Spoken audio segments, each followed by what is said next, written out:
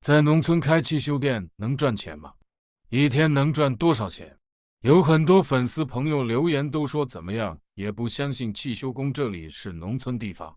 你看这个就是在我家门口的和田，都快有收成，城里人肯定不知道，这是麦穗还是稻穗吧？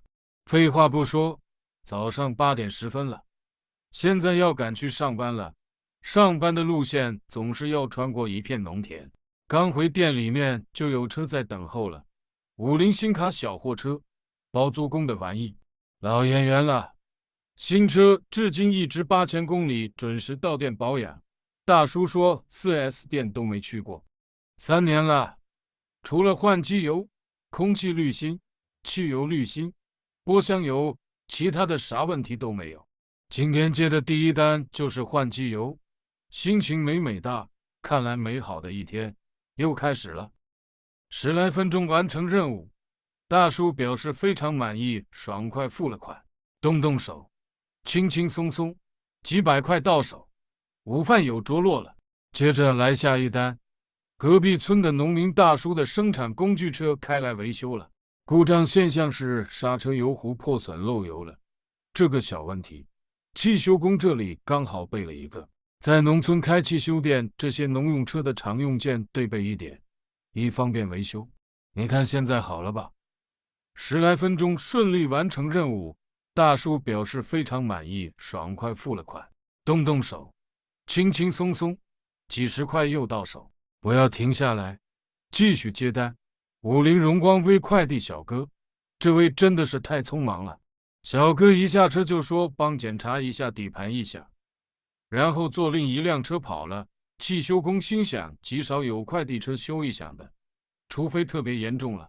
我上前随便看了一眼后钢板，钢板都断了2块，这种情况确实是有一点严重了。这时候又来了一辆东南德利卡，是来问换机油要多少钱的。这个价格真的是品牌型号不同，价格也有差别。报了几种价格，还是没有符合大哥的心理预期，费了不少口水，最后还是达成交易。结果就是大哥买了1瓶机油，说回去家就完事了，不换了。动动口，轻轻松松，100几十块又到手。接着来下一单，长安欧尚 X5，大叔是来换机油的。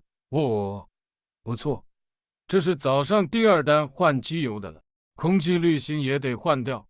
大叔又说只记得上一次也是在这里保养的，但忘记是什么时候了。我看了一下旧的机油滤芯生产日期，起码有2年了。看来大叔真的是有点健忘啊，不过还好，费油看起来也不愁，问题不大。就这样20分钟，轻轻松松，几百块又到手，一单接一单，根本停不下来。又来一辆50荣光快递小哥，也是来换机油的。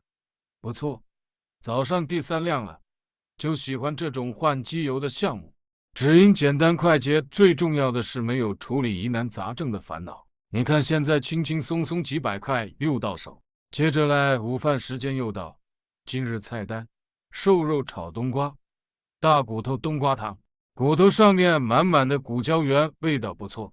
吃完午饭继续接单，年检不合格，原因是2个近光灯都不亮。因为是新能源汽车，我就不检查其他地方了，直接把2边旧的灯泡拆出来换成新的。咱们主打的是效率，你看现在亮了吧？小哥表示非常满意，爽快付了款，动动手，轻轻松松，几百块又到手。现在终于有空轮到维修这辆50荣光微了。小哥也是太狠了，钢板都干断了2块，一如既往，能换不修，能快不慢。其实整组钢板都断了2块，剩下的也是命不久矣了，干脆换一组总成，还有性价比。拆装这款车型的钢板看起来很复杂，实则一点都不简单，因为钢板中心与后桥并没有定位孔，还需要出动卷尺调整距离才行。还好经过一阵急头白脸的操作，30分钟左右顺利完成拆装任务。你看现在好了吧？刚完成一单又来一单，马自达323大叔代步车故障现象是发动机抖动，加速没力。我看了一下仪表盘也亮起来故障灯，这个必须对上外挂电脑测试才行。一次就显示4缸失火了。一般情况下，引起这种故障的原因有1火花塞、2分火线、3高压包。咱们先把火花塞拆出来检查一下，发现3个火花塞的侧电极的外形都不统一的。你看现在汽修工拿了一套新的火花塞跟旧的对比一下，是不是新的工艺比较正规？经过大叔自己看了又看，摸了又摸，得出一个结论和结果，就是先换一套火花塞进去，再让发动机测试运行一下。你看现在不再抖动了吧？发动机的声音也正常的，再看看仪表盘的故障灯也熄灭了。30分钟左右顺利完成任务，大叔表示非常满意，爽快付了款。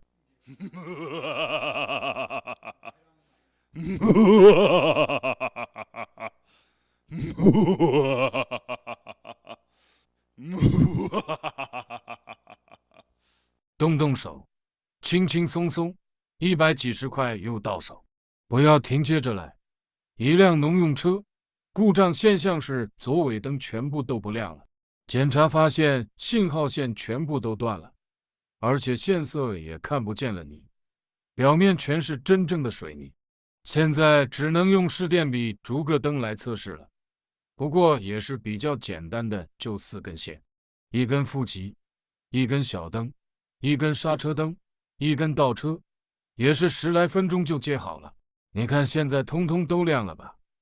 大叔说也太快了吧，还以为要换尾灯的，看来又可以省点钱了，并表示非常满意，爽快付了款。